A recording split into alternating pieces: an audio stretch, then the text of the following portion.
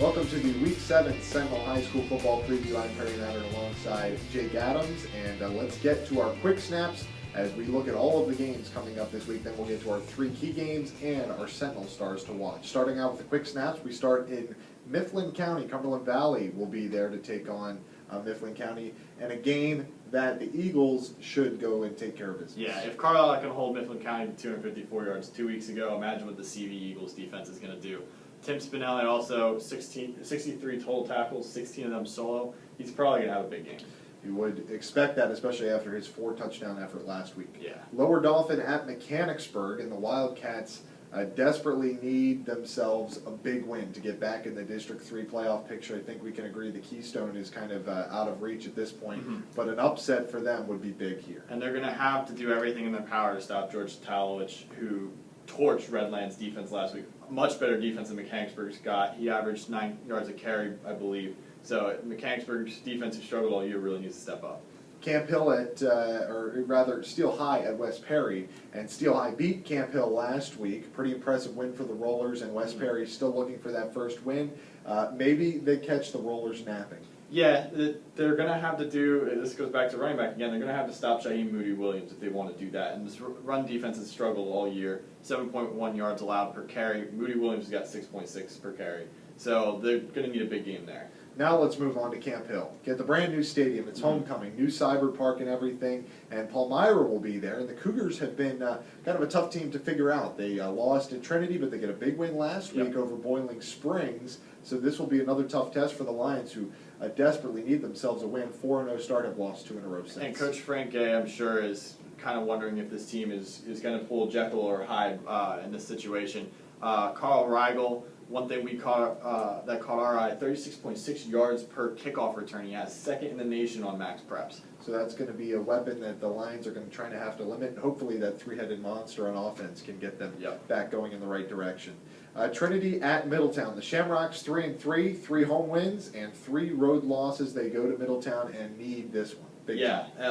One thing you gotta want to see is Zach Slomak, their wide receiver. You want to see him step up. He's still one of the top wide receivers in the area, but after his big week 1, he's only caught 9 passes for 189 yards and 3 TDs. Really a big play guy, but they got to be able to get it in his hands. Waynesboro at East Penn, and the Panthers handled business last week, 46-0 over James Buchanan, and another game where they will be heavily favored. Yeah, 2.8 yards per carry allowed for East Penn. That doesn't bode well for Waynesboro.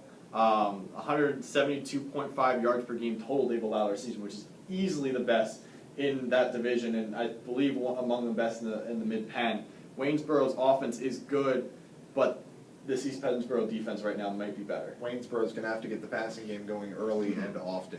Northern at Shippensburg, you will be down there at Memorial Park at Shippensburg, and the Polar Bears have looked good. Ever since that 35-0 loss at Mechanicsburg, they've played well, winning 2 of their last 3, and in those 2 wins, they've allowed 7 points in each of those games. Should actually probably be a pretty good defensive battle. Yeah, this one has the makings of Northern is the wild card in this division. I mentioned that in my column, that they're the only one that's really got a shot at East Penn. But on the flip side, Shippensburg's got Zion Ware, who's slowly starting to pick things up for a running game that was struggling early on. So this is going to be an interesting game to watch. Yeah, Ware, a very interesting player. I would even disagree, not say slowly. He's just burst onto the scene. Last 2 weeks, he's had big games for the Greyhounds. Big Spring at Redland, and this cross-division matchup here. Patriots coming off a tough loss, and Big Spring, this is not the right time for them to see Redland. No, Redland's definitely going to want to use this game as a way to kind of right the ship, especially going into the brutal schedule they have in the final 3 weeks. The Bulldogs' biggest hope is that they force turnovers. They're already forcing 16 on the season, which is among the best in the conference. That's going to be their best hope. If they can get the ball on the ground, they have a shot. East Juniata at Susquehanna, and this is the only game that we're going to talk about today that actually isn't in our picks, and I'm kind of glad it isn't. I don't know which way to go. Both teams are 0-6, and you hope for the Blackhawks' sake that they can get their first win, and this might be where it comes from. Nathan Ressler was very good in his first start last week. Yeah, which is good to see because that offense has been, we've talked about all year, trying to figure something out. Kevin Kenny, their athlete there, 261 total yards, leads the team. That shows just how much they've struggled. We couldn't really figure this one out, like you said, because, well, for one, we don't really know much about East Juniata, so here's I guess hoping that Sesquinito finally pulls it out. We'll be interested to see what that score comes through on Friday night. All right, let's go to our 3 key games. Starting out at Milton Hershey, Boiling Springs at Milton Hershey. The Spartans are the lone unbeaten team in the Mid-Penn Capital. The Bubblers were humbled a bit last week in an 8-point loss to Palmyra. And let's see if Nate Fryer's squad can come up with what would be a huge win, one of their biggest in the last 5 years. And the thing to watch is this offense has kind of burst on the scene the past couple of weeks, ever since the big spring game. 30.3 points per game the past 3 weeks, which is a really good number for how that offense looked early on. They're also in the middle of a 4-game stretch in the Capital against some of the better teams in that division. They don't get a chance to face the bottom half until after next week, but that's also kind of a good sign because they're holding their own right now. And here's another team coming up where if they can pull out this win, they're still very much in it. Right, and then maybe run the table the rest of the way through. Cedar Cliff at Bishop McDevitt, and this is not voted our game of the week, but I think many people in the area think that this is the marquee game. The Colts have looked very good since a season-opening loss to Penn Manor. Arguably have looked to be the best team in the Mid-Penn. Brenneman has been great. Jaden Demi has been even better. And Bishop McDevitt has kind of just moseyed along, had a close win against Cumberland Valley, and since then has played pretty easy games, and now will officially be challenged for the first time in about a month, and they get their star back, Andre Robinson. Yeah, that's what we're hearing. Not sure just yet if that's going to happen. If not, they got Chrison Jenkins, who has just been a beast. Usually a linebacker, he kind of burst on in that Cumberland Valley game, and ever since then, that was week 3, I believe, 700 yards rushing he's had. So they've got athletes. It doesn't really matter who they plug in the backfield. Someone's going to catch the ball. They're so good in the trenches at all times. And this is quite a challenge for the Colts, and we got to talk with their head coach, Colin Gillen, more about this game. Here with Coach Colin Gillen from Cedar Cliff. Coach, you guys have had a pretty good run so far on offense the past couple of weeks. Jaden Demi especially. What have you seen from the ground game so far? We're doing a good job on the line of scrimmage. Our guys up front have been taking care of business, against our opponents and whatnot. Jaden's been doing a great job, of taking advantage of those opportunities that he's been given. But it's overall, it's a team effort from the guys up front, and then the passing game. We've been able to throw the ball well enough to be able to open up the running game. You guys got Bishop McDevitt's squad that's great at running the ball. It seems whoever they put in is going to put up a bunch of yards. What do you do to stop whoever it is you're going to face this week? Sure. It's all about team defense. It's all about getting guys to the football. Because, no matter who they're putting in there at tailback, one guy in the hole is a mismatch and it's advantage them, if we only have one of our defenders there. We're looking at getting multiple guys to the football, gang tackling and those type of things. And that's what we're preaching to our defense this week. Obviously, this division has been arguably the best in the Mid-Penn so far. The top half is really, really tough, but this is kind of a marquee game for the season for the whole division. What's the message for this team this week? We're talking a lot about it being a measuring stick for us. It's a measuring stick game, meaning obviously Bishop McDevitt is a premier program in the area. Year in and year out, they just do a great job of putting quality football teams on the field, great athletes. We're excited for the opportunity to see how we stack up. And our kids are going to work with that mentality of we're going out there, hoping that we're going to have success against a great program.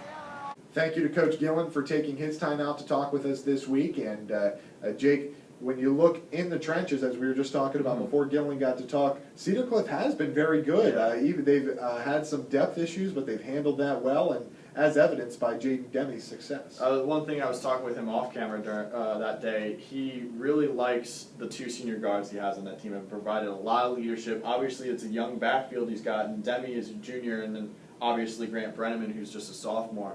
That line has really started to show, and I think that's a lot of what Demi's success has been the past 3 weeks.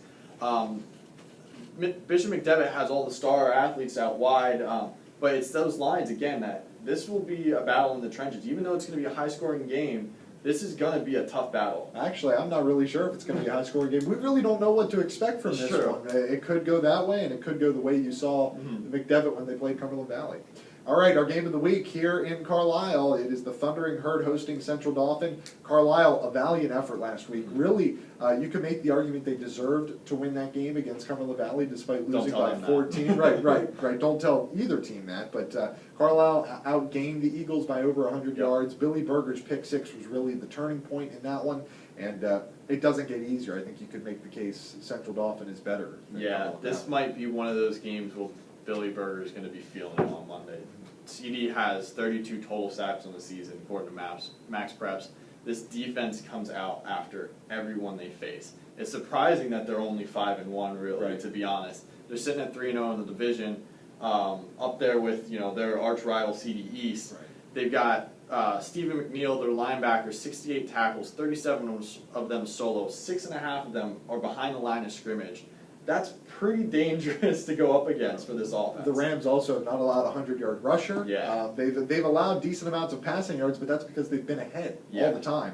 And their only loss, a 2-point loss to District 3 power Wilson. So the Rams are very battle-tested. Also a win earlier in the year against Manheim Township out of conference. So this is going to be a tough one for them. And one of the things that you brought up, I believe in the recap video, was Deshaun Millington's performance last week. He only had 1 carry, -2 yards. If they want any shot of getting anything going in the ground game, this is the week where I know how vital he is, but this is a week where you've got to get him out in space, because otherwise CD's just going to be able to clog the middle, force them to go one-dimensional, which Carlisle has been forced to several times this year and has come out with wins and losses. And that's going to be the end of it, because CD's got the offense to sack up with Carlisle. Well, I think we see how good that front is, and it's going to be tough to run on them. And then I think, I agree, get the ball into Millington's hands, but I think it's going to have to be through the passing game. Berger's going to have to play one of his best games, if not his career best game, and Deontay Ramsey is going to have to find some open space as well. All right, well, let's get on to our Sentinel Stars to watch. We named 3 of them on Monday, but before we get to that, let's pick out one guy, and we're not going with the obvious. We're not going to throw out Jaden Demi, or we're not going to throw out Shaheem Brown. It's no fun to do that. So let's get a guy that maybe we aren't expecting to be a big star, and let's see what he can do. Your guy from Northern, Sam Geiser. Yeah, I didn't want to go with Curtis Robeson. I didn't want to go with Robert Shelley, because obviously those two are the guys that get all the headlines there. I think I'm throwing this one out on a limb. I think Sam Geiser's going to make a big play here. That's what they're going to need, because Shippensburg's defense, while it has been exposed at times, is obviously going to key on Robert Shelley. Right. And that opens up a chance for Geiser, who's also their leading receiver with 15 receptions, 140 yards in the games that we got stats for, to maybe break something open and kind of surprise them there. If he does, I think that changes the game. Shippensburg is very good when they are not out there too long, and that showed last week in their 18-12 win over Waynesboro. I'll take wide receiver as well, Tyler Kaufman, from a run-heavy offense of Boiling Springs. John Vaughn, the guy that really gets the accolades, and Kaufman has made a couple big plays this year, and also Dylan Romig I think you could throw in there, but I'm going to go with Kaufman. Milton Hershey, very good on defense, as they pretty much shut down a Camp Hill unit. That is very good. So I think, like you said, kind of along the same lines, that maybe one big play is all you're going to need in this kind of game, Boiling Springs, to be able to pull off the road upset. And we went 2 for 2 weeks ago, so let's see if we can do it. Yeah, That's kind of fun. We did. We forgot to do it last week, but so we will talk to you on Monday when we see how our picks went, and we'll see who gets the tie-dye cat shirt. It's actually sitting off camera right now, and you can pick up the Sentinel football tab in Friday's newspaper. We'll talk to you on Monday.